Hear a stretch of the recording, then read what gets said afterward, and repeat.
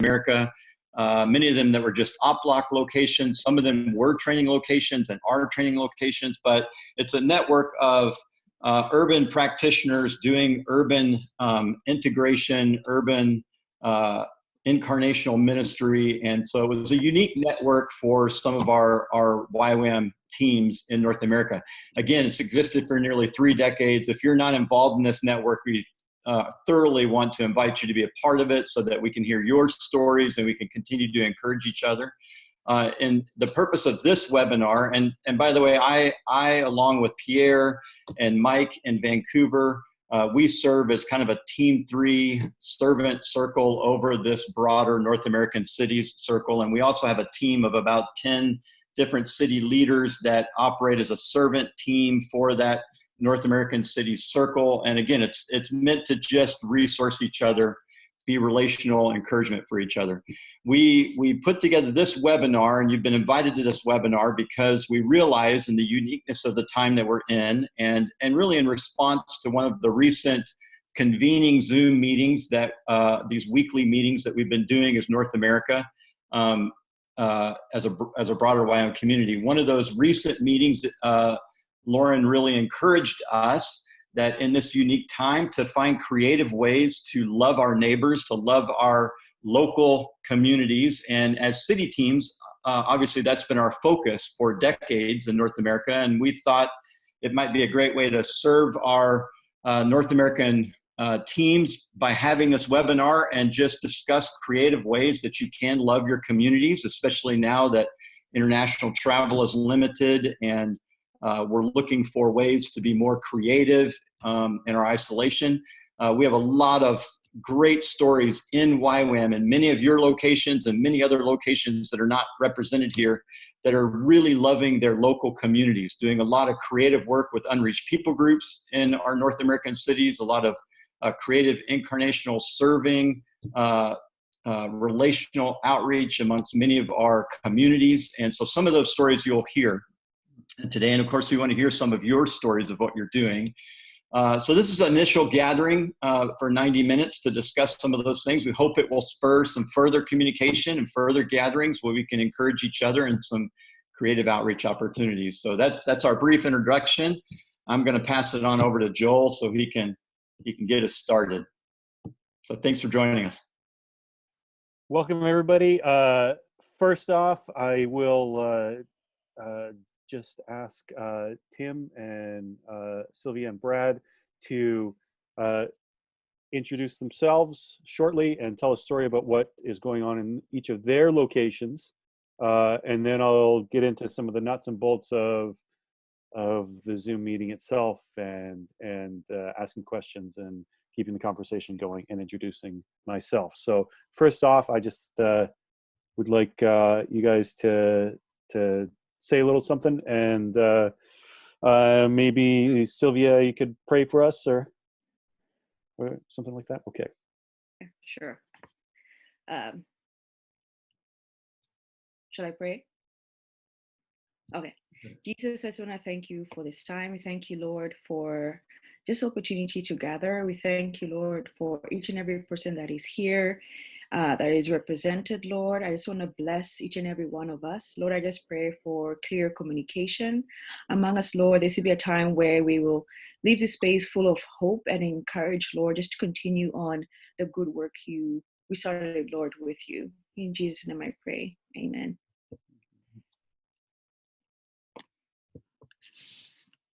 You go ahead, Sylvia, and maybe tell a little bit sure. about yourself and what just a story of what you guys are up to.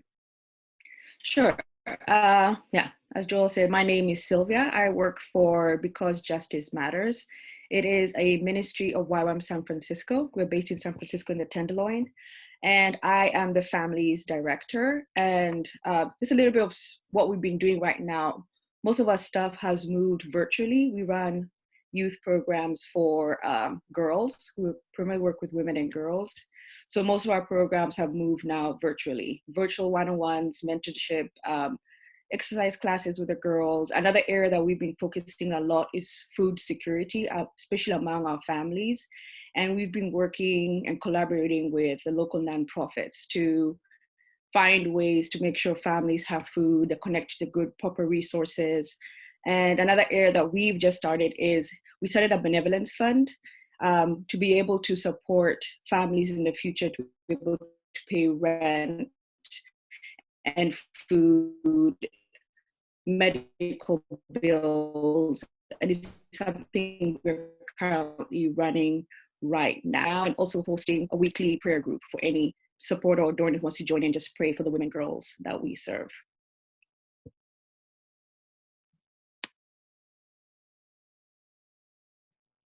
How long have you been with the Cities Circle? Oh, I've been in the City Circle since 2018. I joined in 2018. Yeah, so about almost 2 years now. Thank you. Brad? Yeah, my name is Brad Stanley. I helped to lead a team in Chicago for about 20 years. Currently now there's new leadership in that location. And our focus of outreach for 20 years was living and building relationship and working amongst the immigrant neighborhoods in Chicago. And so now my family lives in the greater Chattanooga area, and we currently are helping to lead an International Friends cooperative where we're doing different relational outreach and serving some of the needs of our international community in the Chattanooga area. Traditionally, that's been a lot of hospitality outreach, a lot of relational building. We have community gardens. We do a lot of food service to immigrant families, help with a lot of advocacy. We do a lot of ESL and tutoring. That's been what our focus has been, is highly relational. However, during this COVID season, a lot of what we've transitioned into is distance visiting. So we visit our immigrant families standing from a distance and survey what their needs are, help to serve their needs. We have a large community of volunteers, so we're trying to serve them in food needs as well as some of their relational needs. Still doing advocacy when we can. We've also actually had to switch a lot of our servicing has been to help with immigrant families' children who are suffering because of the school system being shut down, and they're living in homes where the parents are not English proficient, but the kids still need to learn and to study, but they have no one in the home to help them with those studies. We're now creating ways to, through Zoom meetings, tutor the children of these immigrant families and try and help their studies continue through the summer. But primarily it's a network of people who are just trying to serve any felt needs of the international community. So that's kind of the focus of what we're doing in the Chattanooga area. Thanks, Brad. Tim?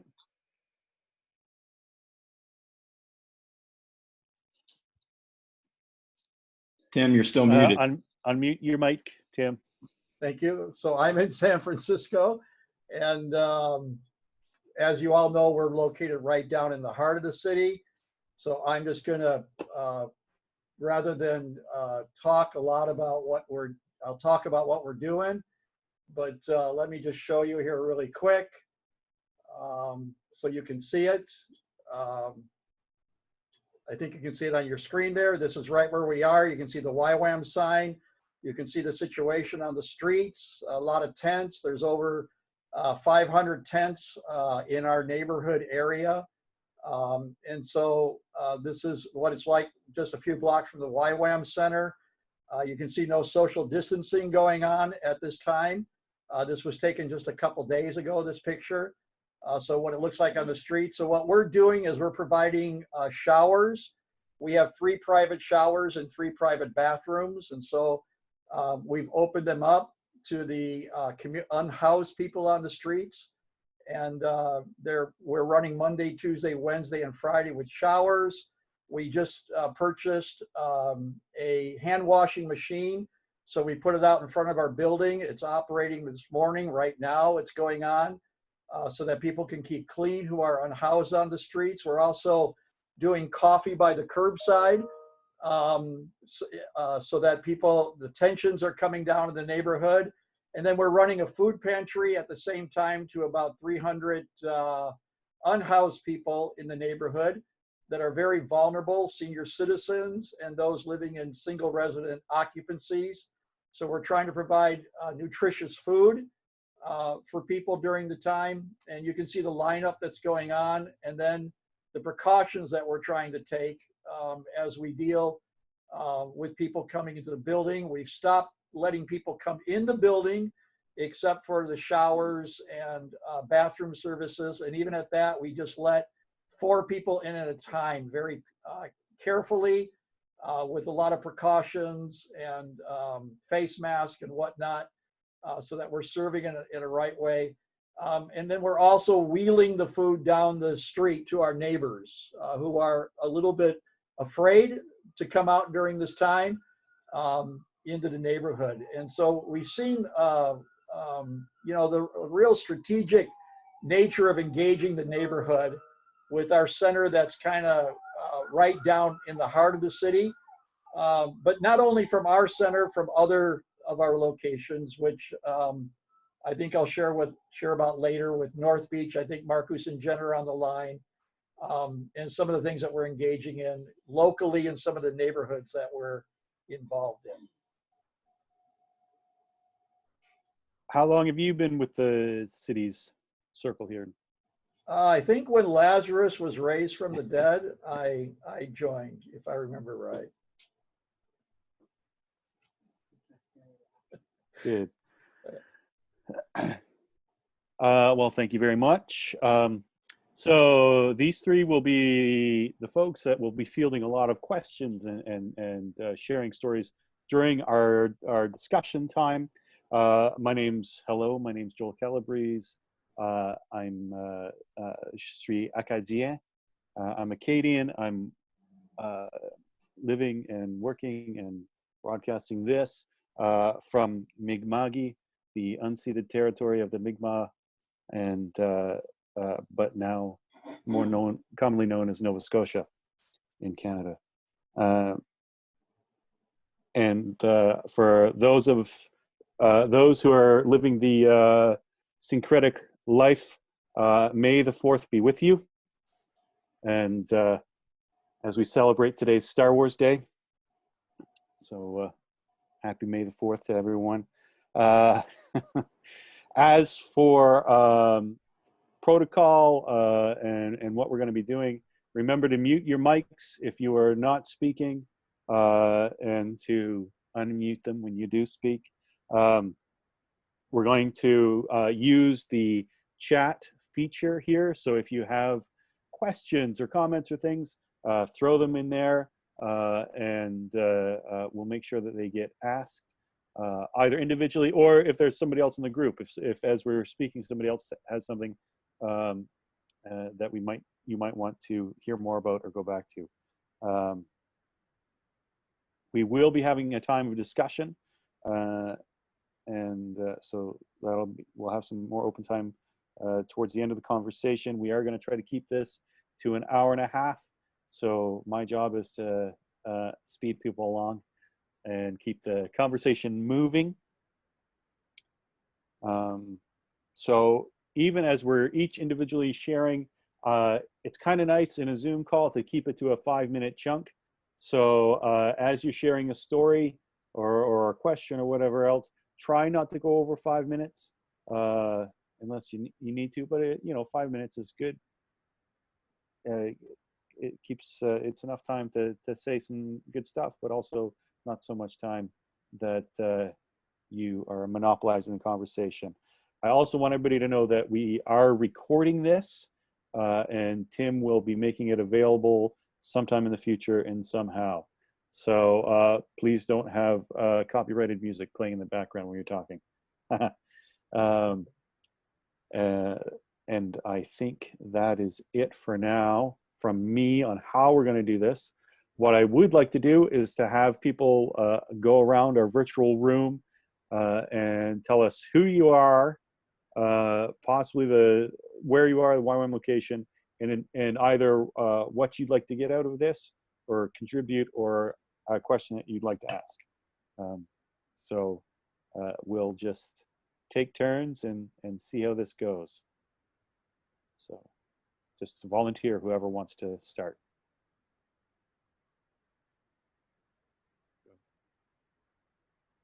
Okay. Hi, Hi, we're Marcus Al. and Jen, and we're with Love Your Neighbor Ministry of YWAM San Francisco. And I don't know about you guys, but I was just bummed that our cities conference was canceled. I was excited to go to Baltimore, see Greg and Joel Ruland, and see you all. And so this is kind of like the next best thing, I guess. And yeah, we just are really into living our neighborhood. And I'm sure you guys are as well in your locations. And so it's good to be with like-minded people. I haven't thought of any questions yet. I'm sure I will. Yeah, I haven't thought of any either yet.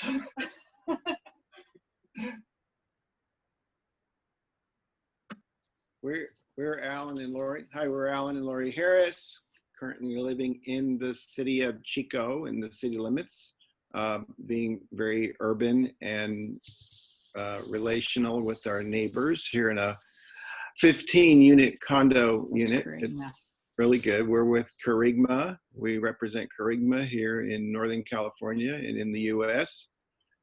And we're running an alpha program out of our condo, which is now on Zoom, which I'd rather have it in our home. And Lori is doing Paradise Fire survivor casework and working with another charity called St. Vincent de Paul, and really getting to minister to people, finding available benefits for them and just kind of helping them think. Yeah. Dealing with lots of demon-possessed people too. It's great.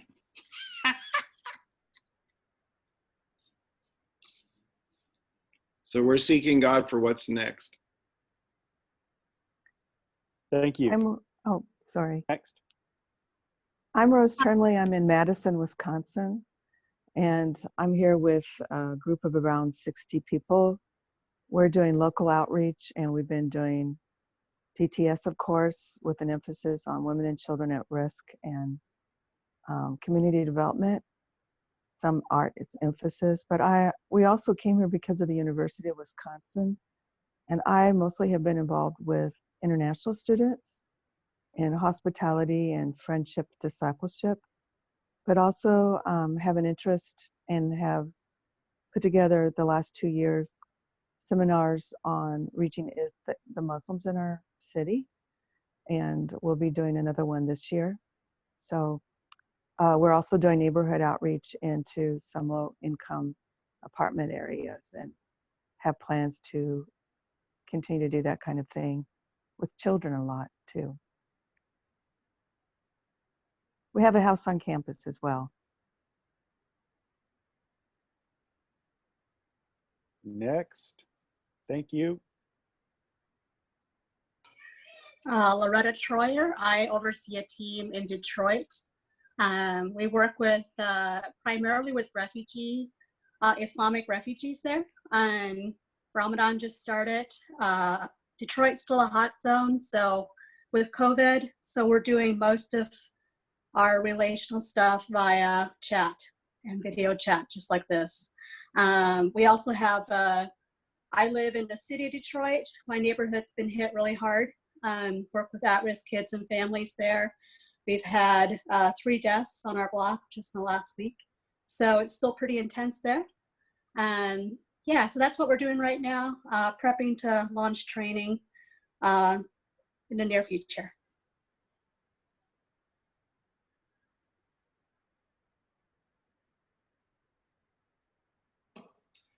Hello, this is most of our staff from YWAM, West Virginia. My name is Jake, and we do a lot of different things here in our small town of Kaiser. We do a lot of the same ministry that you guys are doing in great big places. We're located right downtown. A lot of our ministry all the time is geared towards youth. We host a community youth group. We work with the local schools and their Christian clubs. Some of our staff help facilitate the archery club at the local high school. A lot of different things. That's just scratching the surface. But during this time, so and part of what we're doing too, another big one would be that our directors are part of the Chamber of Commerce in our town and helping to come against the drug problem. Of course, everything that we do as believers is doing that, but we also we focus really on prevention of drugs and showing these kids that there's a better way of life. But then we do also help get people into rehabs and things like that. During this season, we've really been networking, connecting, sharpening, I guess, as a staff. So we've continued having Zoom meetings online with all of our youth kids, which has been really good. We haven't had a whole lot of them, but the ones that have been there have really engaged well with us. We've been connecting with YWAMers all over through the plethora of Zoom calls that I'm sure many of you are also a part of. I recognize several of you that I didn't even know before all of this. And then also just sharpening ourselves and trying to be prepared to really come out of this well, you know, kind of what Andy Bird was talking about with us on the Fridays. So, yeah.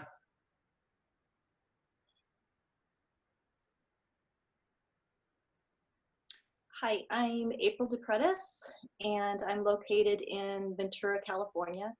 I'm in John Dawson's office, and we're split up even before this happened. So I'm actually the only one in our YWAM office. And I have pioneered our anti-human trafficking work,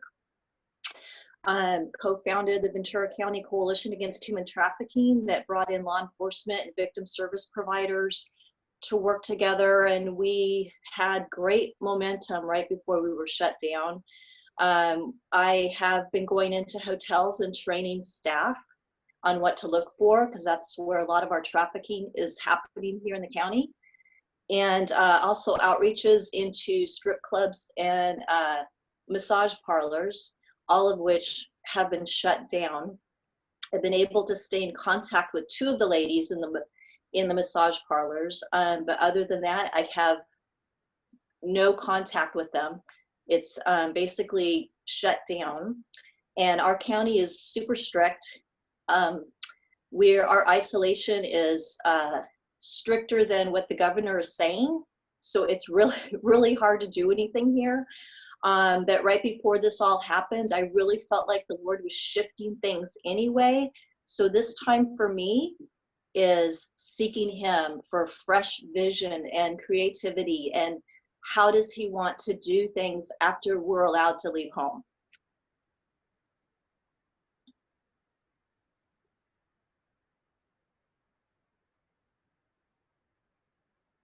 Thank you very much.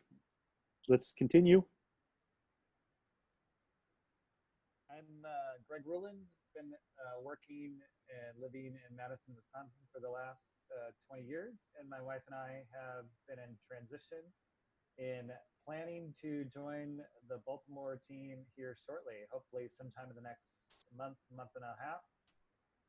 We'll have our house sold here in Madison and have a new house found in Baltimore and get to work with those guys.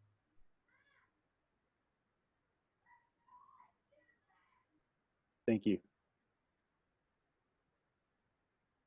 I'm Christina Morris. I'm in YWAM Kelowna, BC, Canada. We're actually a new base. There was one here formerly, but we haven't even run our first DTS yet. That's supposed to happen this September, if all goes well. But actually, I'm just here to listen to and learn from what the Lord's doing through YWAM all over the world. We have a real heart for our city, and when God called us into YWAM in this season, He told us that He wanted our ministry to not only be international and global missions, but really local focused.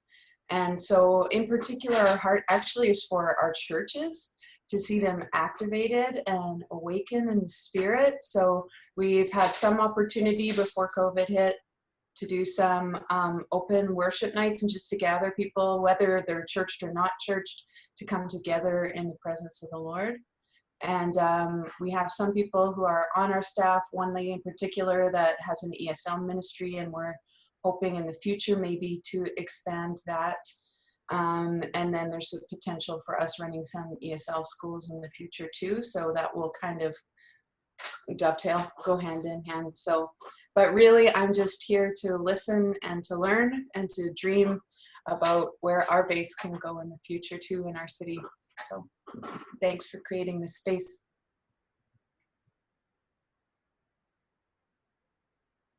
Thank you. Thanks for coming from West Coast. Next.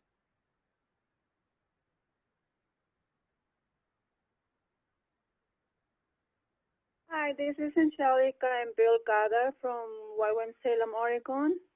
We are just a voice. My husband and I work with international students that come to our local schools, universities, and colleges. And we have been doing this ministry for over 20 years now. What basically we do is friendship evangelism. We have gatherings, weekly gatherings, where we invite the students, hospitality, meal, some games, and the focus is to build friendship and then share the gospel. We use also special holidays like Easter is the number one thing that we can focus, because we have an Easter celebration with a meal, and then we tell the story of Easter, what is the meaning really of Easter, and then Christmas and Thanksgiving. Those are the holidays that we use to introduce Jesus and, you know, our belief to the students. And then we do basically mainly one-to-one as we go to the college campuses, and then we meet with the students, we have conversation with them in small groups. And so we did in the past ESL classes for immigrants mainly, but we had to stop because of financial restrictions with the college, because we were partnering with the college. We do still have, you know, we do mainly hospitality and help the internationals and just build friendship and share the gospel. Some of them came to know the Lord, went back to their countries, and they keep following Jesus and sharing Jesus to their own family and others around them. So, and we want to learn more and partner with any other base or YWAMers that are doing a ministry like this, and or learn even, you know, from other ministries how we can improve our ministry here in Salem, which we call Friends of All Nations. And so this is a time of pruning, and we are just seeking God what He's going to do when things get a little bit normal.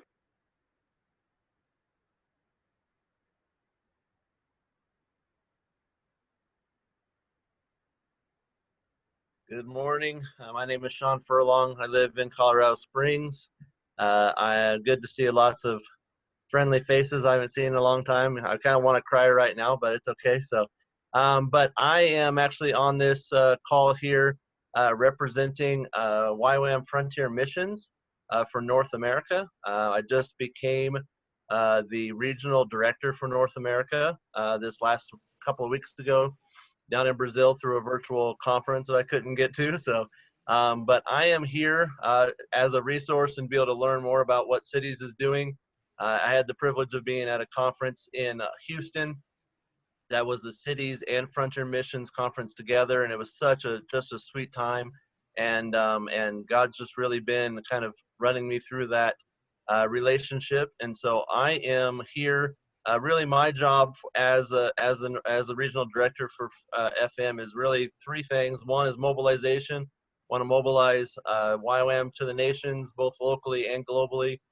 Training. We want to get a whole network of what training is happening in North America when it comes to training for frontier missions and different types of training, especially when it comes to church planting, what we're calling discipleship making movements now. And so what I'm wanting to do is really work on networking with you guys in the cities, is what church planting kind of efforts or DMM kind of efforts is happening. If they are, we want to know about them so we can resource each other. If there's training needed, if we need to be able to do more DMM training or what's called Discovery Bible Study training, I'd love to be able to provide that and be able to network with their different areas. And so those are kind of the things why I'm wanting to engage with you guys. You know, I'm a resource. That's what I'm here for. And so we're really excited to be working with you guys and be able to partner with the Cities Network. And I'm really disappointed that we didn't get to go to Baltimore either. I was planning on being there, so I was really excited about it. But good to see your faces. Hope to get to meet all of you guys here in the near future. Good time for me to follow along. I'm Jeff Neely. I'm part of the Frontier Mission Circle as well, specifically focused on the Muslim world. I'm very involved in networking with other organizations. Currently, I'm the Director of Operations for a network called Vision 59, which includes over 200 organizations focused on church planting in the Muslim world. So I'm also a resource specifically in that direction. And also interested in learning more from this circle as our network is looking at cities in a new way. We're looking at peoples and places. So cities has become a very important part of our network. So seeing what I can learn from our YWAM family to help assist this network. I'm also based in Colorado Springs, not on the same YWAM location as Sean, but we're not far away. We communicate a lot, especially with the 30 days of prayer. Hi, this is Yari from Toronto. We have a ministry here called the YWAM Alternatives Network, and we do stuff locally here. We like big cities. We travel quite a bit. We just barely made it back in March before the lockdown started here. We came from Sedona, Arizona. We work a lot with spiritual seekers in different cities and countries. So we're a resource for that kind of vision if people are interested. This happens usually in bigger cities. But now with the lockdown, all the shows and expos and fairs have been canceled. Usually we go to those events with a booth, we minister to people, have conversations. We call it the Ministry of Conversation, but also we pray for people, prophesy, and pray for healing and stuff like that. We do retreats, we do business as mission, therapy, different things like that. And I guess I'm here to learn also what's happening around North America in the cities. Like I said, our vision is very much about the cities. We train YWAMers, we train churches in terms of what to do with all these postmodern spiritual seekers that don't want to be religious but spiritual. And so yeah, so we're trying to keep in touch with people. We've seen hundreds of people here in Toronto come to Jesus at the expos, and so now we're having virtual meetings with people.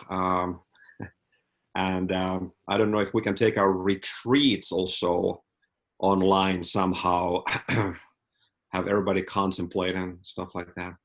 But anyway, I'm a learner, but we're also here. We can consult, advise.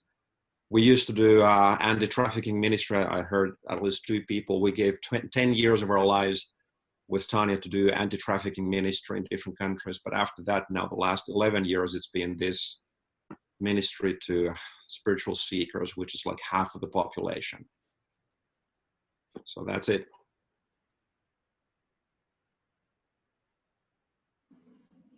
Mike Davis up in Vancouver, been in Vancouver now for over 20 years. We do a number of different ministries throughout the city, but my personal work here is with discipling businessmen, run a number of different discipleship courses, and business as mission, both here in the city and at this point, mostly in Southeast Asia. So love the cities, love living right in the heart of the city, and excited to hear more this morning, and happy to be part of the city's servants team as well.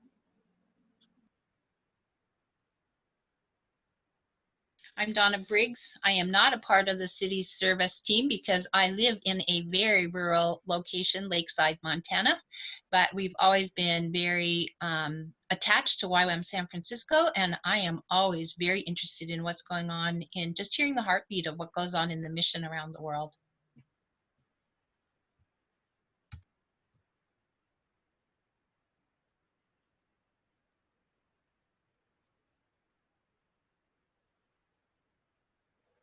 Thank you, Donna. I think we still have a couple people left. I'll go. I'm Kristen Potler from YWAM Baltimore, and we were super sad. We couldn't host all of you guys this spring, but it just gives us more time to prepare for next year. And I have no doubt that God's timing is perfect. So currently, we are a small team, but it looks like God is growing our team, doubling our size this spring. So we're super excited about that. In this current time with COVID, we've actually been just increasing and been able to be really mobile with food distribution. So we find ourselves on the front line serving our homeless. We kind of really neat. We started serving bagged lunches to our homeless population in 3 different parts of the city. And we had some churches reach out to us with congregant members who didn't feel comfortable leaving their homes. So they gathered people to make the lunches for us. So we're now picking up bagged lunches from people outside the city, people in the city, and delivering those handmade lunches to our homeless friends. And it's interesting because as we've reflected this season, we keep seeing that God's using us to help activate the church into serving the community. And so this church had never done any missional type anything and felt this was a really great way to get started. So now they're really excited. They've actually increased the amount of lunches that they're preparing for us. And so we have teams going out 4 days a week, serving lunches to the homeless community. We also are helping to organize big food truck distributions all over Baltimore City right now.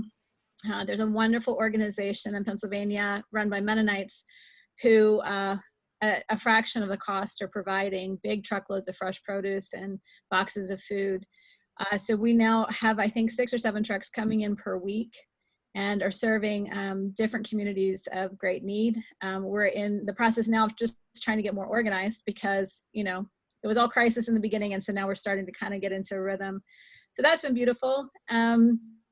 Our offices are in the largest kind of queer community in Baltimore, and we've been working on the streets for a couple of years, and just recently have partnered with a ministry locally who set up a homeless village right next door to our offices with tents for our homeless.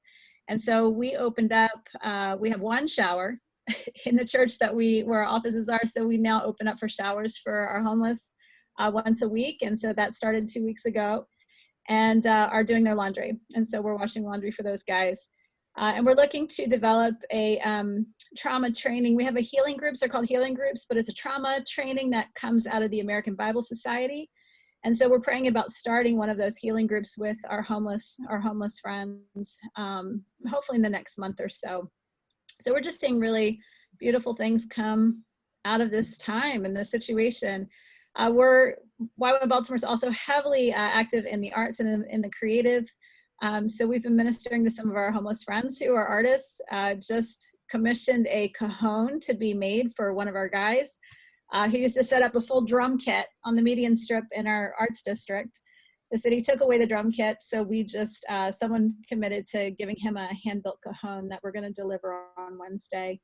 So just really beautiful, really personal things are happening. We're seeing daily miracles.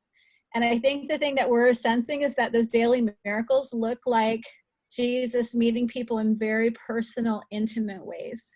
Like we're watching people be just loved in places that says that there's a God that knows you. And so every day our team is just blown away by just the really practical, beautiful, personal, detailed ways that Jesus is loving our friends.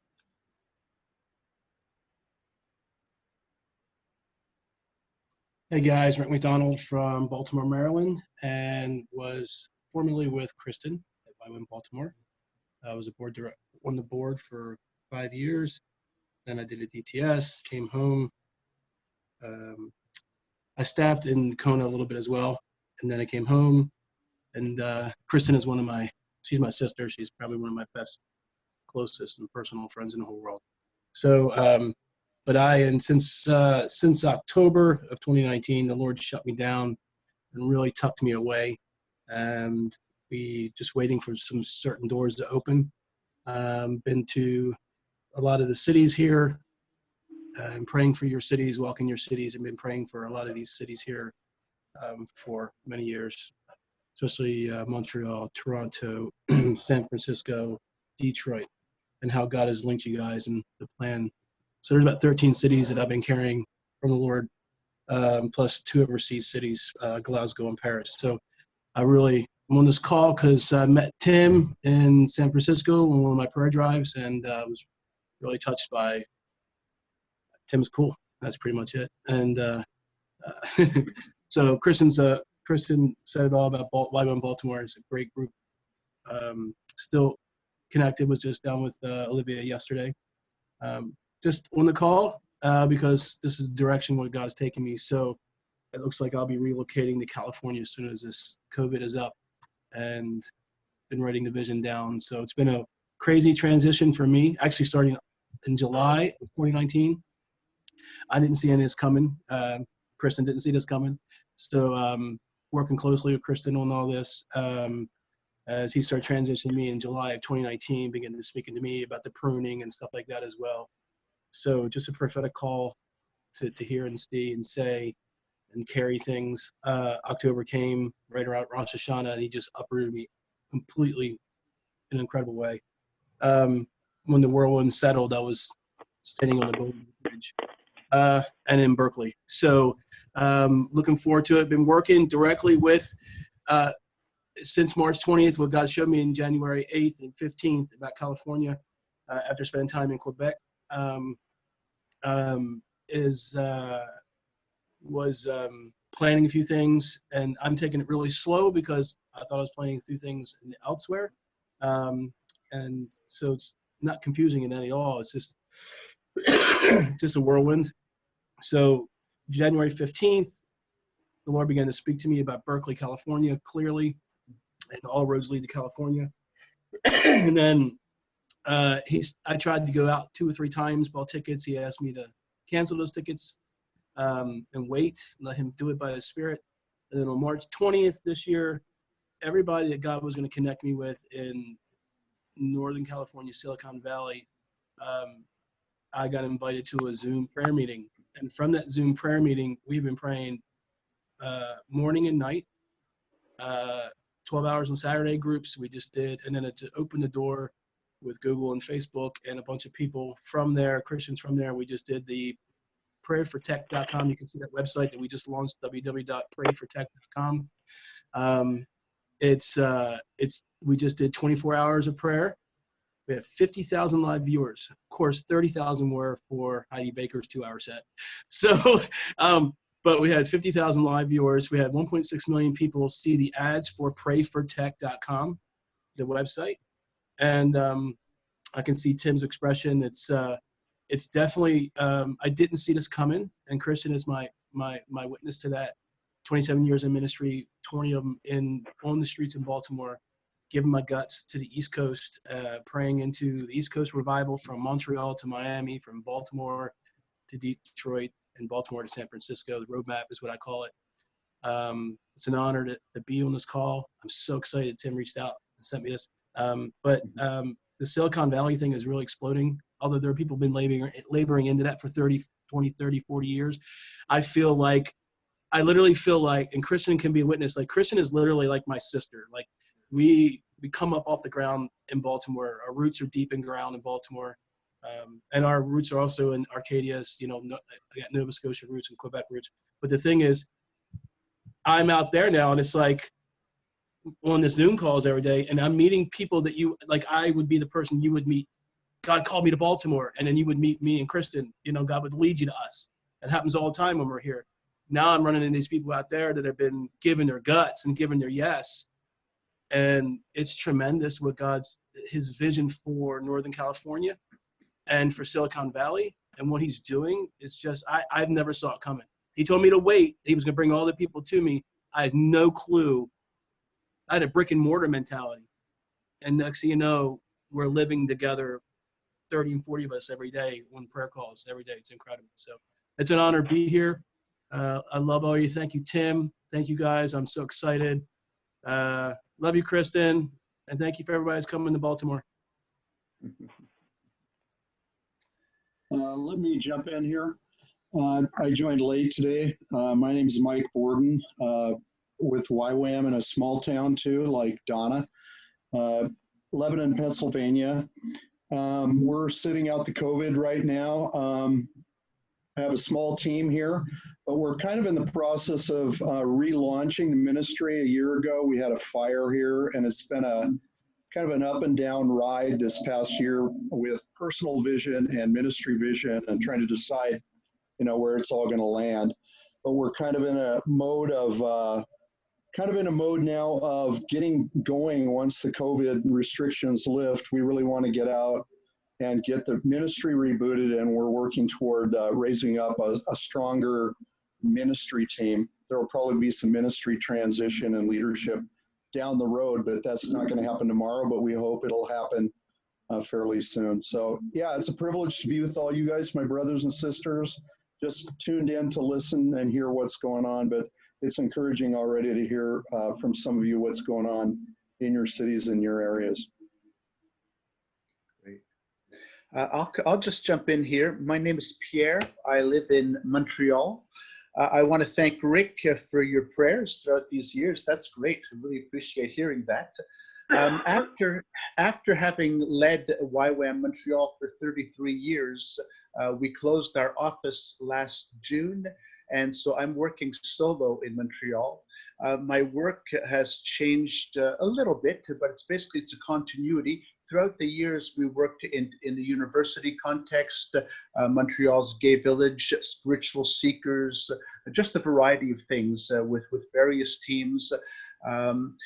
And so where I'm at this point in my own personal work is much more writing, mentoring, connection with people individually. I also have a blog with 700 plus people who are members. All of this is in French, en français. Bonjour, comment ça va? And so I'm in another part of the North American world where we are a small number of people working and focusing on the French Canadian and the Quebecois people in particular. So my work, as I said, the Transcend Arts blog, mentoring. I'm also part of a small think tank, the Missio Dei Forum, which we created. I was a co-creator back in 2008, and we've been quite successful and influential in the development of theological missional training in Catholic, evangelical, and public universities, which has been quite a neat move over the years. And that continues. So my work is a little bit in the background and includes writing, thinking, connecting, but still very supportive of everything that's happening in our North American cities as a member of the city's servant circle and one of the team 3. So I'm just delighted to see this gathering. This is my first experience at such a large webinar, so I'm learning everything because I'll be doing one on Thursday. So I've got everything to learn here. Thank you.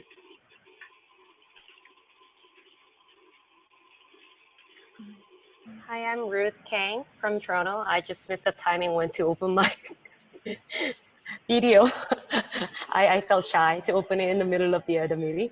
But anyway, I'm from Toronto, and I've been with the YWAM in the last 6 years. I'm involved in the campus ministry in Toronto. Because of our base is made of mostly of Korean group. For now, we're reaching out to Korean-speaking communities in campus ministry right now. That's what I do. And then we have another 3 staffs working together. But due to the COVID-19, because all the universities were closed by the March 16th, March 15th, and we had to stop all the ministry from that moment, and then we're just asking for God to open the creative doors for us to reach out the students. So what we are planning in near future is that we are mobilizing the students so that they can have a concept of reaching out to others through the SNS. So we are planning online outreach right now. But we're just still conceptualizing it, so we need a lot of ideas and wisdom from God. We have another, like, other than me, I'm not representing YWAM Toronto because I personally had an interest in what you guys are talking about today. So I joined it, but I forgot to switch the Zoom ID from YWAM Toronto to my personal one. So I'm just kind of like representing YWAM Toronto, but we have another like 30 or 40 staffs, including the children. But most of them are Korean, as I said. But we're in a transition period that we're reaching out to the multi-ethnic groups because God called us to Toronto, where is most diverse city in the world. So we're in a transition so that we can, we're learning English. And personally, I am an immigrant. So I'm in the bridge position that I can translate for the Korean people to share their ideas into English. So we're having the various training programs and then activities so that in that sort of transition period right now. And we just had our staff meeting today, starting from 10, and it just finished right before this webinar. So my meeting has been continued for it's almost like four hours already. I don't know how much longer I can stand because I skipped my lunch, but I hope I can stay. And my personal question is that if it's going to be recorded, then maybe I can step out for lunch and then come back to listen to the recording, if that's okay with you. But thank you for inviting, and thank you for this wonderful doors, because I think it's just an amazing space that we can share the ideas and to listen, for me to learn personally. And it's, yeah, nice to meet you all. Thank you. Thank you very much. We still have some more introductions to go. I just want everybody to realize that hearing some of these stories is important for all of us, because maybe there are some of those stories that you want to learn more about what that person is doing and it inspires you to something else. Feel free to connect with each other in the chat window. And if you have more questions or comments, then use the chat feature. Let's keep going with some of these introductions. Remember to move it along at pace. Thank you. Thanks, Joel. It's David Peterson here, and Rhonda. We're kind of squeezed into a little corner. We're in the east coast of Canada. Bonjour, Pierre. We came to see your face. I'm actually couched in the YMCA Newcomer Connections here in St. John, New Brunswick.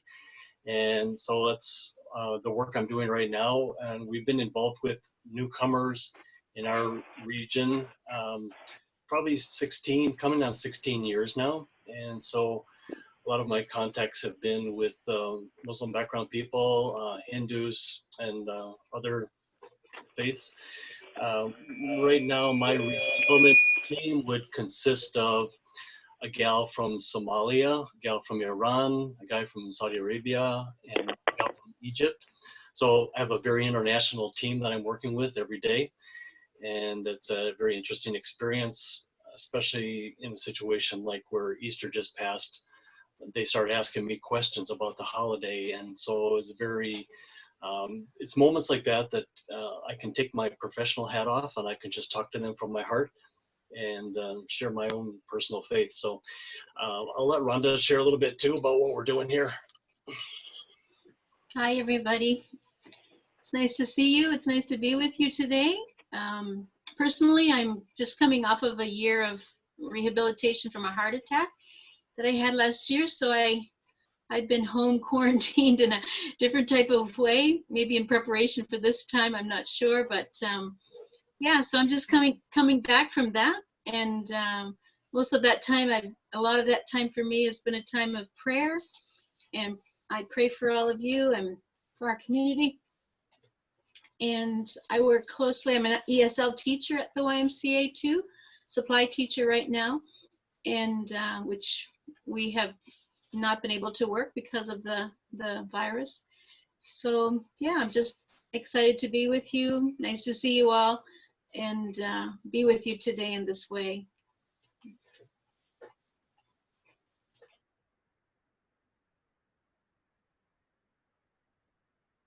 Paul Martinson from YWAM Canada. just listening in, because if we really are at a worldwide reset of ministries, I'm looking to the cities and frontier missions groups to show us some innovation. I'm glad to hear some of that this morning. Bless you all. Really appreciate listening.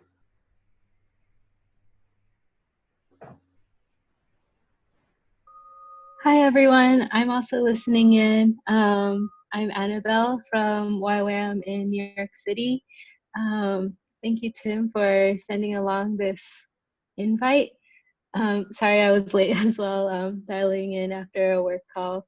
But yeah, my co-leader and I lead discipleship schools, or rather they're discipleship courses.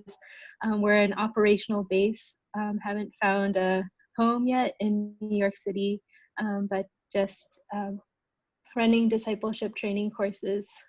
Mostly we've had Asian Americans for the most part as our students, but it's also been on our hearts, similar to, I think someone was sharing from Toronto, to reach a greater number of ethnic groups, and yeah, to diversify in New York City. So I'm so glad to be here with you all.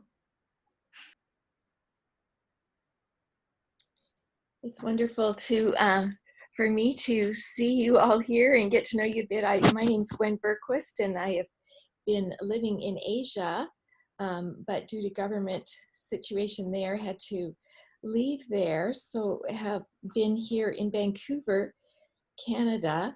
I teach a course called Destiny by Design, so have been doing that, traveling quite a bit until recently. Of course, with the COVID thing, that all shut down. So trying to learn to do it through the Zoom and video.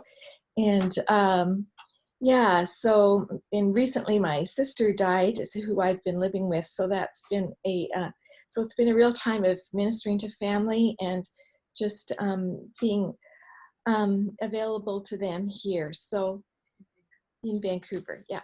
Okay, well, it's wonderful to see you all. Bless you.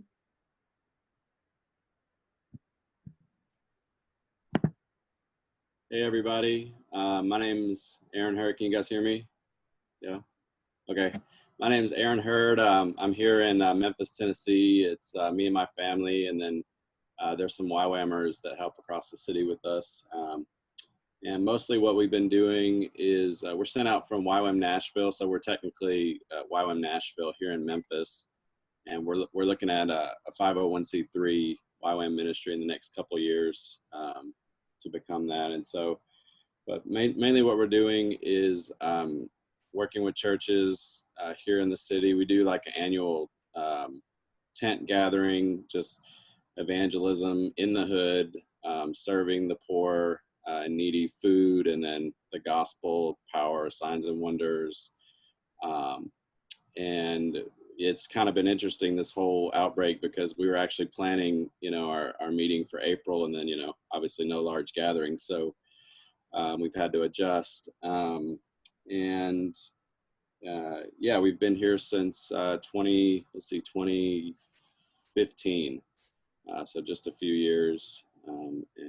Yeah, just sitting in to hear, and like someone else said, get creative ideas for things, ministry things in this season. So thanks for setting this up, you guys. Really appreciate it.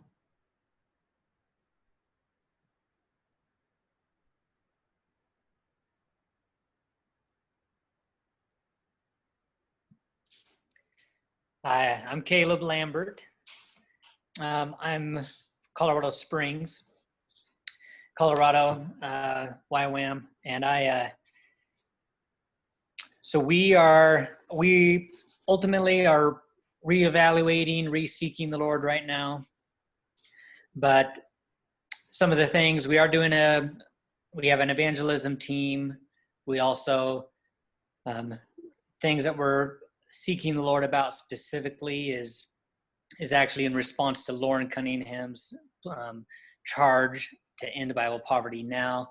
We're actually looking at what does it look like to collaborate with the church in the whole city and make sure every home in our city has a Bible, and just let that be something that overflows into praying and sharing the gospel with people door to door, most likely.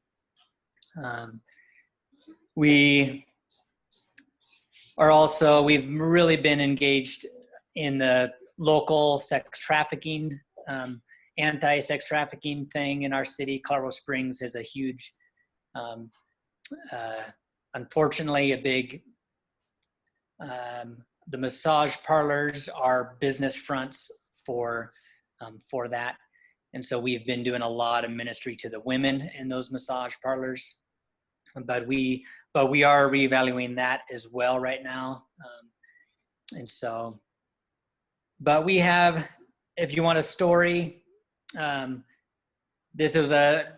we just have a lot, like there's one guy, this is just to share how it's been here in our city. A guy was kind of radically saved with us, even like gave his knife to us saying I was going to murder somebody tonight with it. Kind of long story short, went through a series of deliverance and wanted a Bible, was just reading the Bible like crazy. But kept relapsing to Satanism. So we're trying to just disciple this guy, but then it would like last like a Wednesday, about a week and a half ago, found out that he actually committed suicide. And so the battle with a lot of our people here in our city is intense. So we're in the middle of it, but we really have a word of the Lord for a youth mission movement through this city specifically. So we're really stewarding that. And just really, and this whole thing, everything going on right now between that's happening through the Send, if you're familiar with that, as well as just even what this coronavirus, we feel like is ripening the harvest in America. I think our anticipation is high that this could be very realized. So yeah, that's us in Colorado Springs.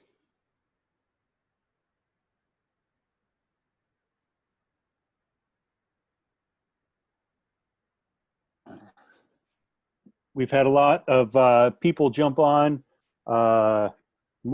more than when we started the introduction of each location. We only have 25 minutes left. So we're going to ask the three speakers a few questions. But I would still like to hear from everybody else that hasn't said anything and shared your location. So I was wondering if you could just type up a little bit in the chat window and post it there, and we'll be able to catch up on that. Also, if you have any questions, or if I do not articulate a question that you had well enough, then please use the chat feature to post there as well. And Tim has turned on the private chat feature. So if something that somebody said has intrigued you, then you can follow up with them privately. So we've heard a lot about what's going on now, and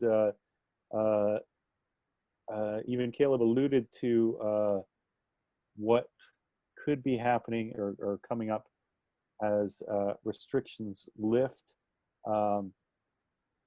So maybe we could start there and circle back. Do you have Tim and Brad and Sylvia? Do you guys have any wisdom about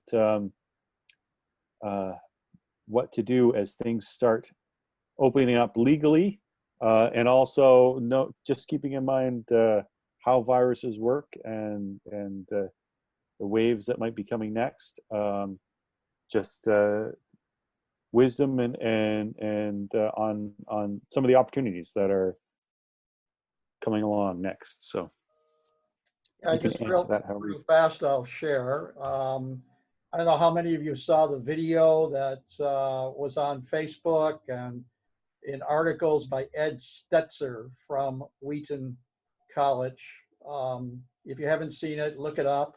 I'll try to put it in the chat channel if I can find it really quick. But Ed gave a brilliant word during this COVID thing on this is a time to pause, then pivot, then prepare, then plan, then engage. And his whole point was that the crisis is not how do we do online meetings. The crisis is how do we engage the neighborhoods and the cities where we live. And it was just a really good word. And it set our hearts on fire here in San Francisco. And we don't have all the answers. We're still engaging on that on a weekly basis right now.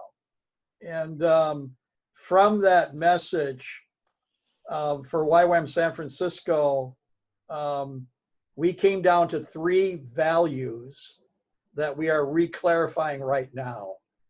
Each value starting with an E. Engage with compassion, equip for mission, and empower for change. And all of us as staff are asking, how do our ministries flow through those 3 values, regardless of what it's going to look like 5 years from now? And we haven't answered that, but there's something brewing. So it was engage with compassion, equip for mission, and empower for change. And that came out of a Good Friday prayer meeting with our leadership team.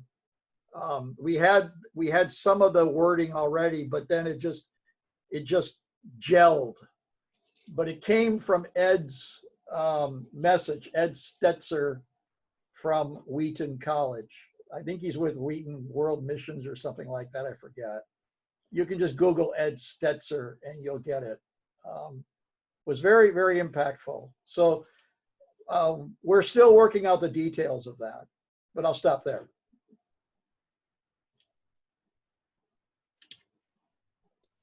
Brad or Sylvia?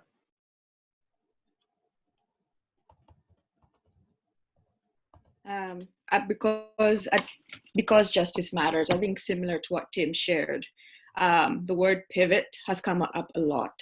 And as a leadership team, weekly, we evaluate everything that we are doing to make sure that we are listening clearly to what God is saying and making sure do we have to pivot and change what we're doing.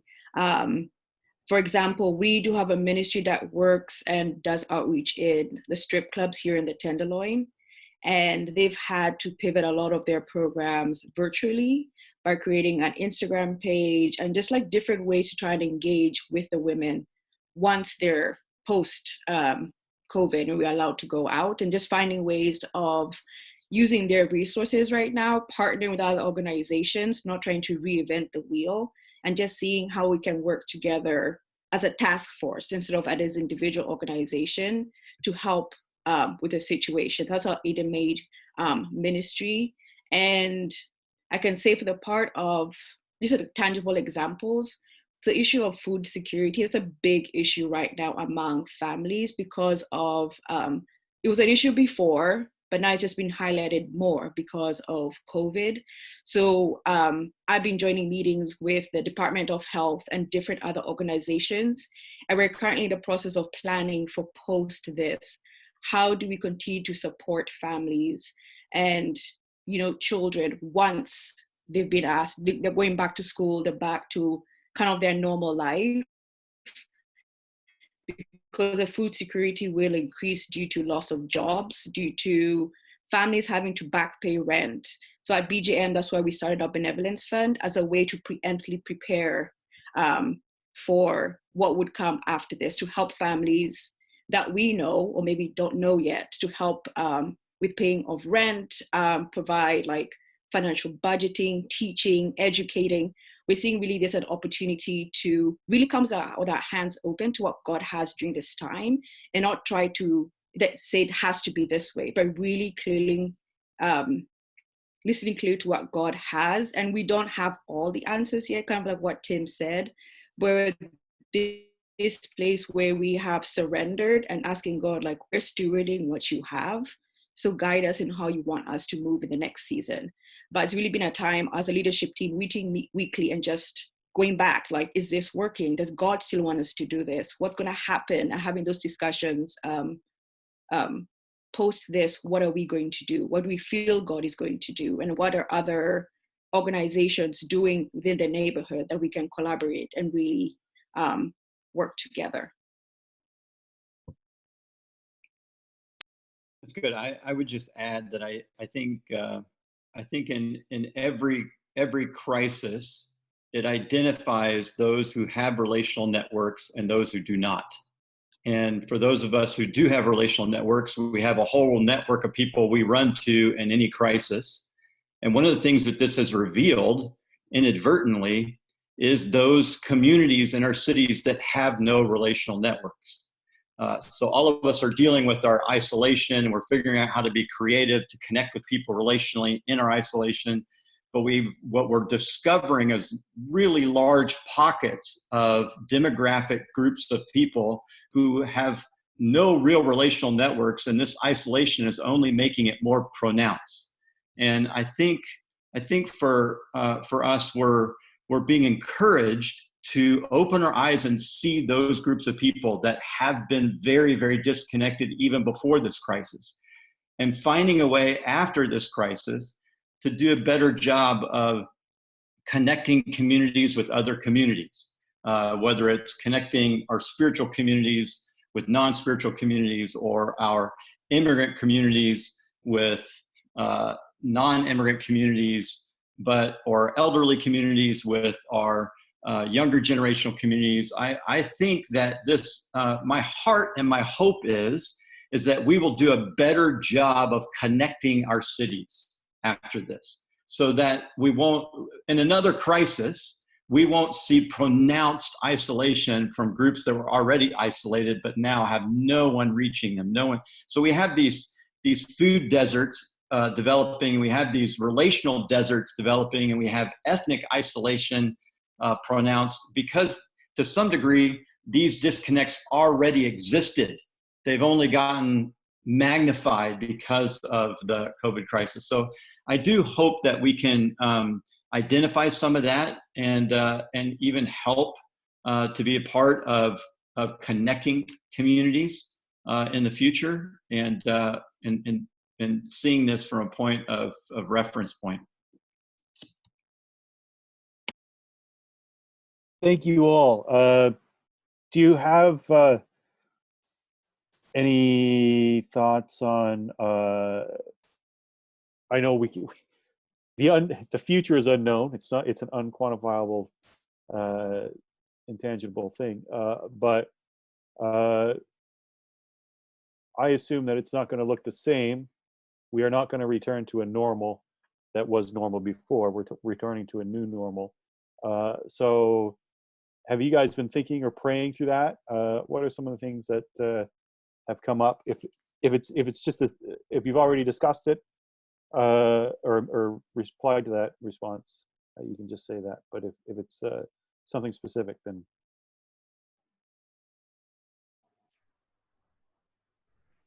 Well, I think one of the things that, if I'm hearing you right, Joel, again, I think Brad's already said it. How do we engage locally? And those we're finding more and more the centers with local roots, local ministry is really giving. We're on a trajectory of real engagement. Our DTS in San Francisco is still running. We didn't have to stop it because we're using the 11-month model, where people are having jobs and they're San Francisco residents. So we didn't send them home because they're already at home. They live at the YWAM base. So that's one thing that we noticed has been really positive. It's an 11-month accredited U of N DTS where they live at the base.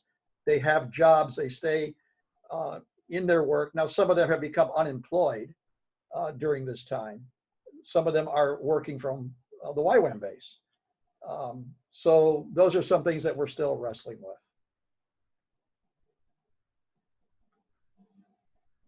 Yeah, I think I would add maybe a word of encouragement here that a new normal might be for us in YWAM North America, that we could move away from, we've kind of traditionally, historically sort of divided ourselves into different pragmatic camps. So if you were mobilizing people overseas, you were a mobilizing camp. If you were working in cities, then you were a cities camp. If you were trainers, then you were in a training camp.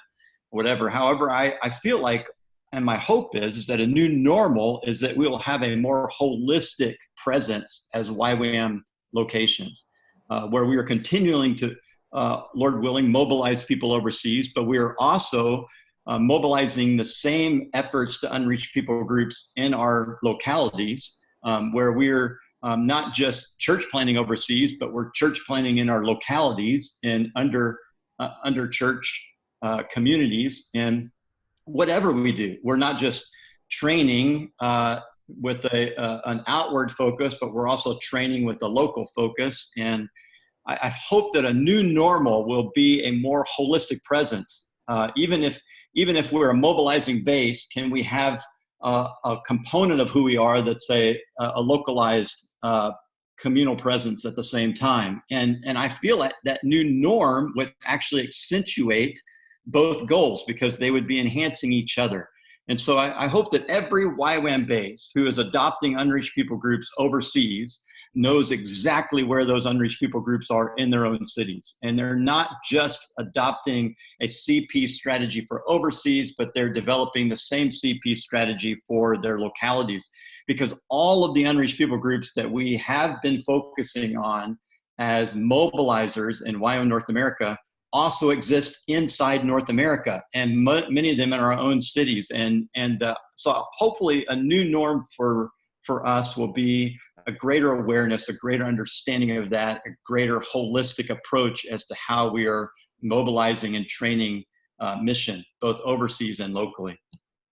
Yeah, I'm just putting up on the screen, as you can see, as Brad's talking, some of the unreached people groups in our cities in North America. And this stuff is on ywamcity.org under resources. We don't have all the cities in the United States done, but I think what Brad's saying is a really good point here of how do we, get more local traction and keep that dual focus, a theology of going and a theology of place.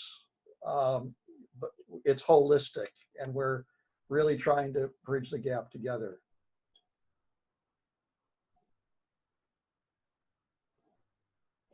Thank you, guys. Sylvia?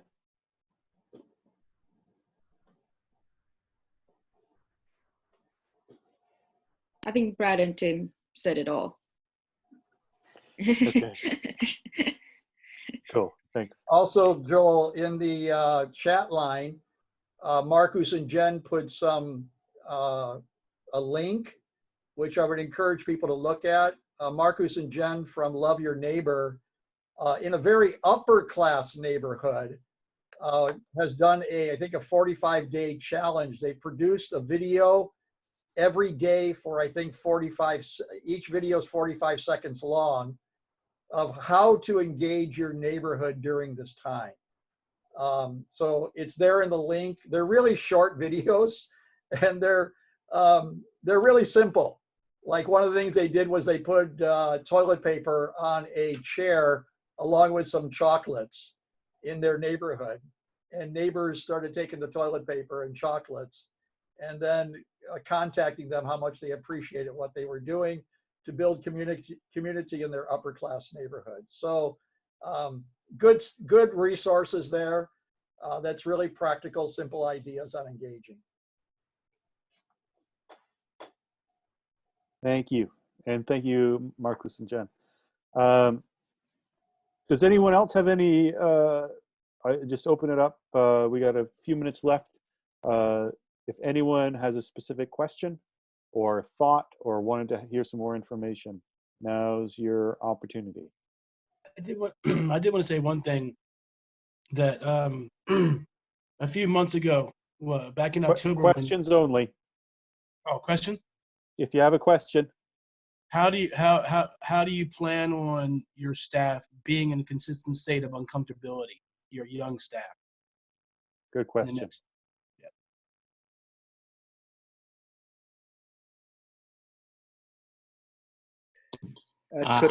Could I respond to that question? In our context here in Montreal, for 10 years, we ran an urban cultures DTS, which was an 8-month DTS program that was all in Montreal except for 3 one-week trips to New York City, Toronto, Quebec City. But otherwise, the whole school was an overlap of the theory and the practicum.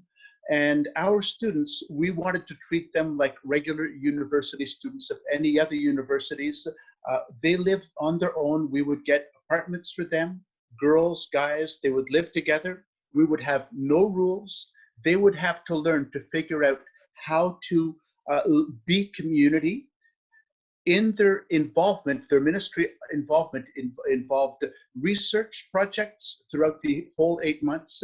It involved doing volunteer work, being weekly volunteers, 3 to 4, and we would coach them in their choice of commitment, but that commitment would be for at least a 6-month period of time weekly. Then they had their individual, what do they call that? I have the word in French. Anyways, their own personal area of investment. But in the whole process, their schedules were all over, just like regular young people living together in the same apartment. And they had to figure out how to build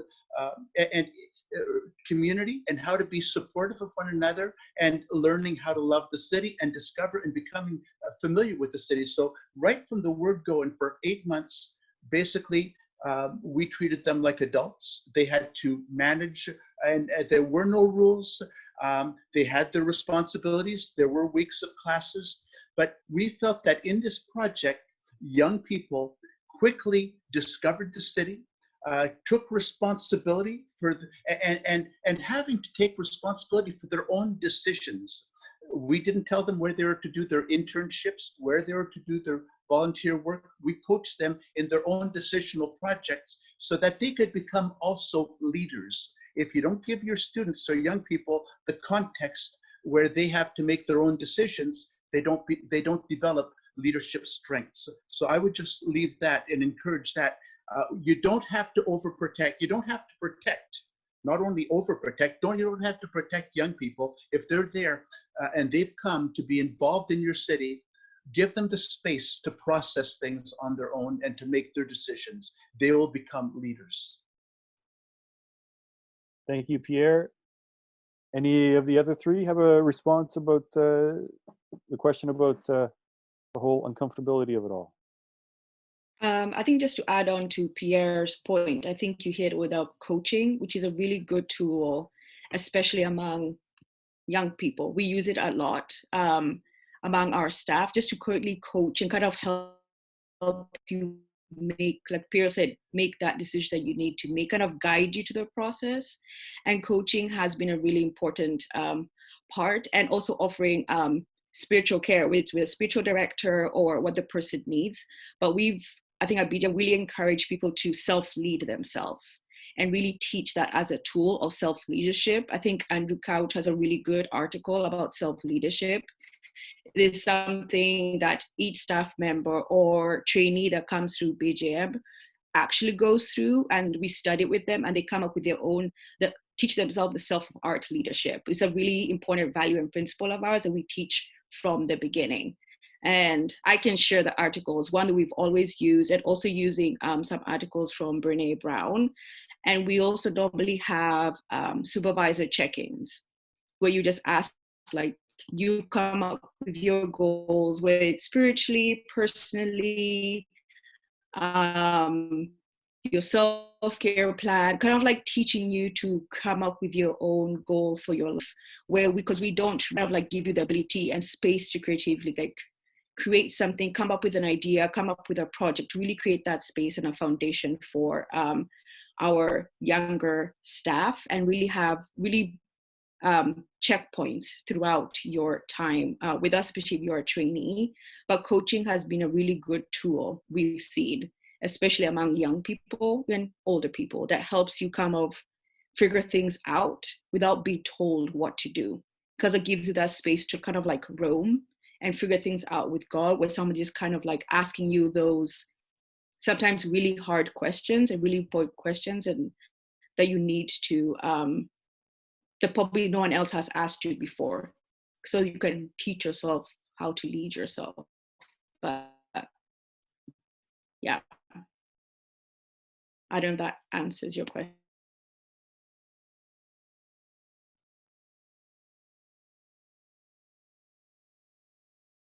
Yes. Thank you very much, and thanks, Rick, for asking. I think we can have either one more question, and if nobody speaks up, we're going to go to final thoughts.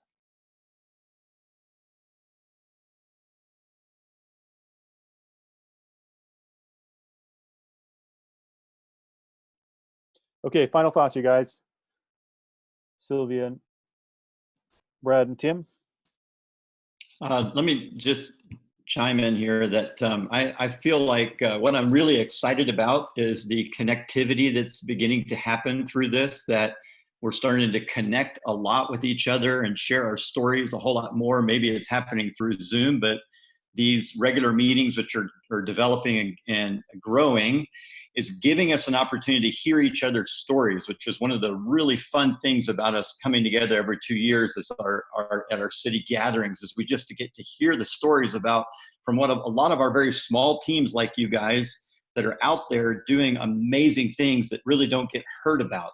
And my hope is that we will share these stories more and more collective gatherings, whether online.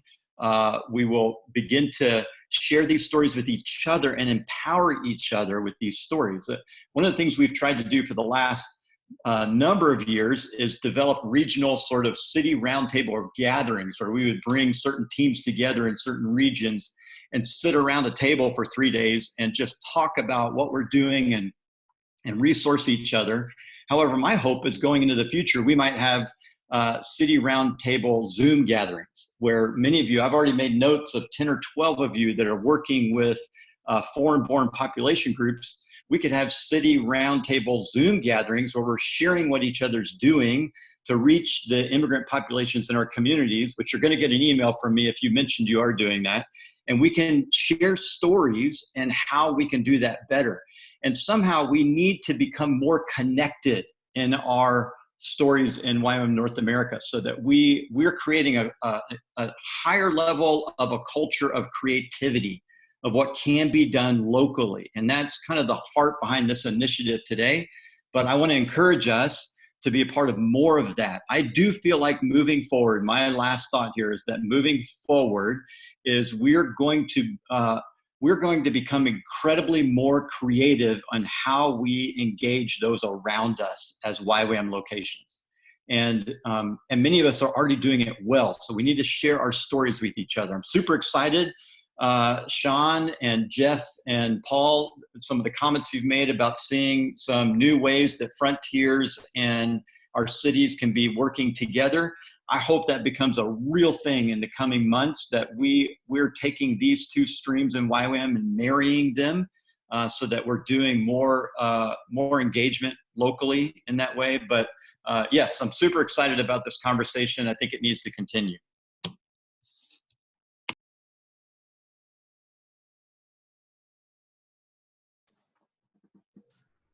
Sylvia?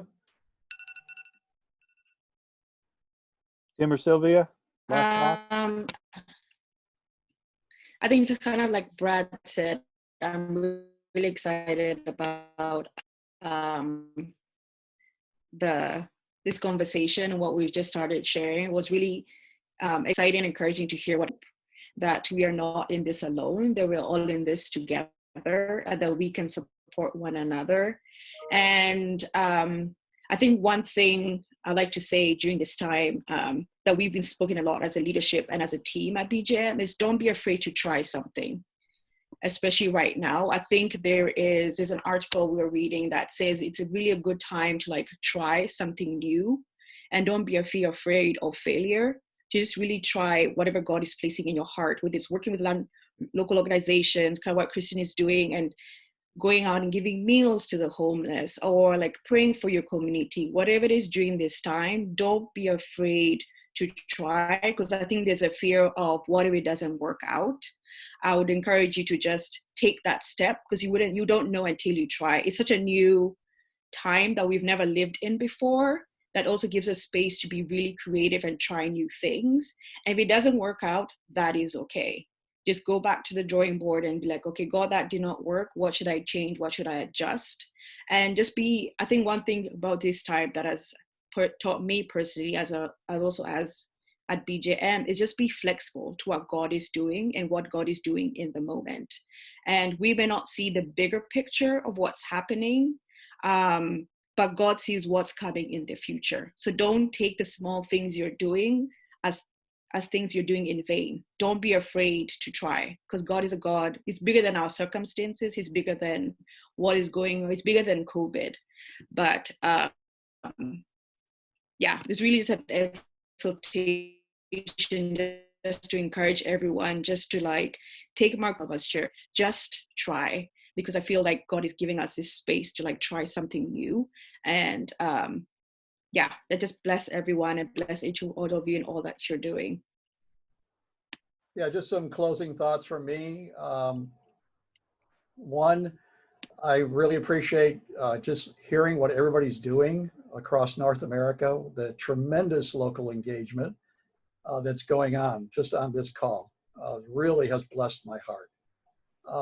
And I just want to make it clear too that everybody who's listening, when we talk cities, we're not just talking big cities. Lebanon, Pennsylvania, even though it's a small place, is an urban location.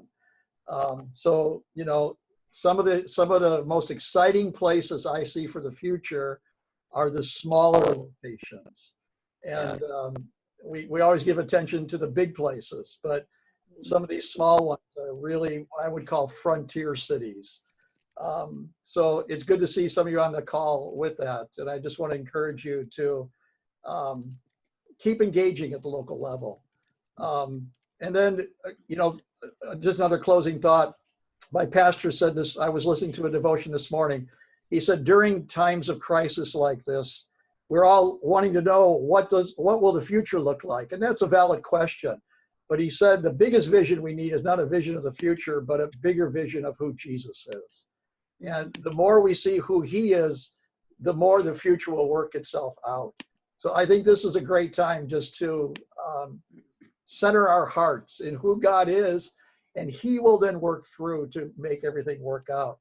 And then lastly, as we close up, Thursday, Pierre is hosting another Zoom call, and it will be a dialogue and a discussion on the word that Tom Bloomer has given on pruning. I won't be able to be on it because I'm teaching in Romania by Zoom. But I think that's another key discussion for us, because a lot of our city works are small works. I was so encouraged what Lauren said the other day in one of his messages. He said, it's not about numbers, it's about fruitfulness. He says, it's not about a big base or a small base, it's about fruitfulness. And I think Thursday will be a good time to just continue to discuss along these lines so that we can get more traction. Thank you all. Thank you everybody for being here. And thank you to Sylvia, Tim, and Brad for sharing with us today. If you don't know, you can download the chat message and save that from the Zoom call. Put your email in there. Tell us a little bit about your story. That is it. Thank you so much. May Creator's face shine on you, and may this be a wonderful day. Amen. Amen. Brad, Sylvia, and Tim, do we need to stay on for a few minutes at all? We can. I don't know. I can. If you want to debrief the time or anything, that's all I'm saying. We'll have Pierre stay too. Okay.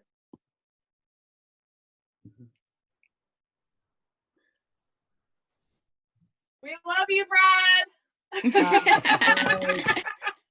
Bye, everyone. Love you guys.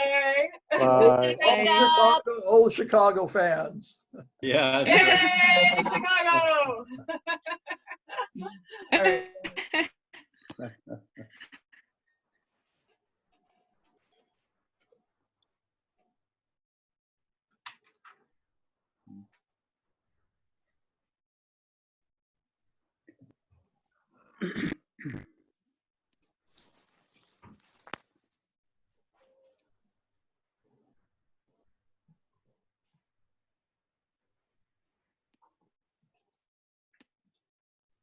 There. Here we are. Thanks, Joel, for taking care of that. Yes, Joel. Thank you. Very much. No problem. I think the only we were doing good, Tim. It was great to hear the stories. Let me stop the had. recording. Shall I stop the recording? Yeah, stop the recording.